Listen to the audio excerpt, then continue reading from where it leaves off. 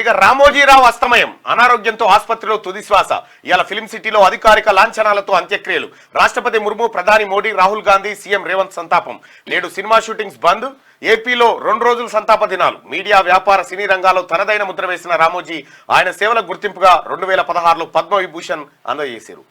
ఈనాడు group సంస్థల chairman Cherukuri Ramoji Rao 88 సంవత్సరాలున్నాడు. కన్నుమూశారు.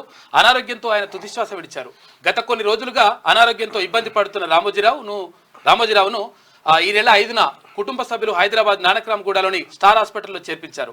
ఆయనకు సీరియస్గా ఉండడంతో డాక్టర్లు వెంటిలేటర్ మీద ఉంచి ట్రీట్మెంట్ అందించారు. అయితే ఆరోగ్యం విషమించి శనివారం తెల్లవారుజామున 4:50 తుదిశ్వాస విడిచిండ్రు. రైట్గా ఆయన పుట్టింది 16 తారీఖు 11వ నెల 1936లో పుట్టిండు. మరణం 8 తారీఖు 6వ నెల 2024 కూడా ఆయన చనిపోవడం జరిగింది.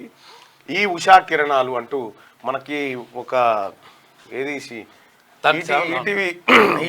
ఉషా కిరణాలు తిమిర సంహరణాలు చైతన్య దీపాలు మౌన ప్రబోధాలు జగతికి ప్రాణాలు ప్రగతి రథ చక్రాలు అని చెప్పేసి నిజంగా రామోజీరావు గారితో నాకు మంచి అనుబంధం ఉంది.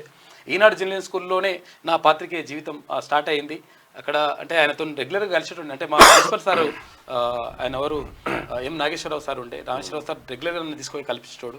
ఆయన గురించి ఒక కవిత్వం కూడా రాసినప్పుడు చాలాసార్లు రెగ్యులర్గా కలిసేటప్పుడు కవిత్వం కూడా రాసిన ఆయన చెప్పు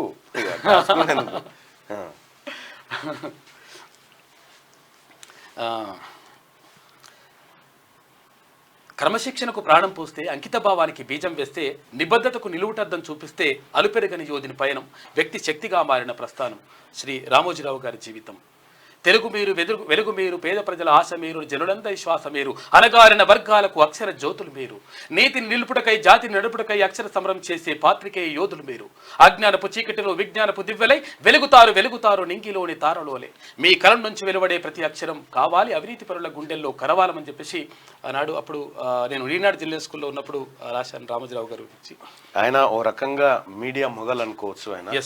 ఆయన భారతదేశంలో ఉన్నటువంటి మీడియాకంతటికి ఓ రకంగా ఒక దిక్సూచి లాంటి వ్యక్తి.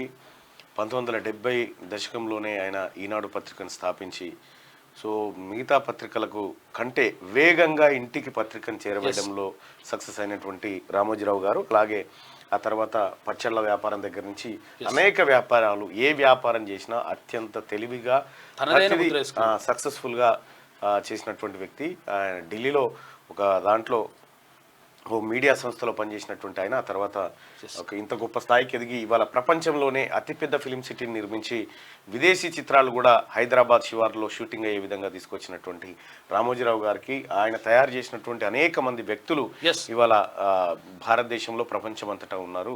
రామోజీరావు గారు లేకపోవడం అత్యంత బాధాకరం.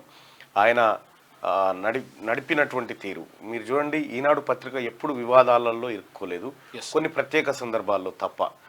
అంత నిబద్ధతతోని ఈనాడు గ్రూప్ను కూడా నడిపించిండు రామోజీరావు.